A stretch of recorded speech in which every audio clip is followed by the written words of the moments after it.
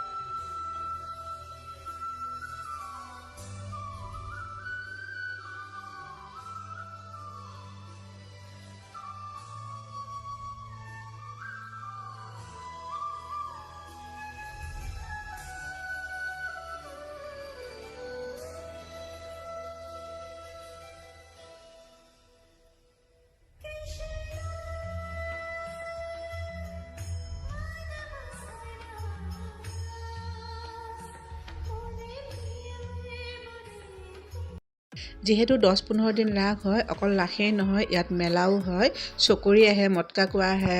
বহুত কিবা কিবি আহে। এনেকৈ ভাল লাগে। আৰু লগতে দোকান বজাৰ সকলোখিনি আহে, পুতলা দোকান আহে, মণিহাৰী, কাপোৰ কানিকে ইত্যাদি ধৰি বহুত কিবা কিবি আহে। সৰু ল'ৰা ছোৱালীও চকৰি তকৰি আহে, ভাল লাগে চাই।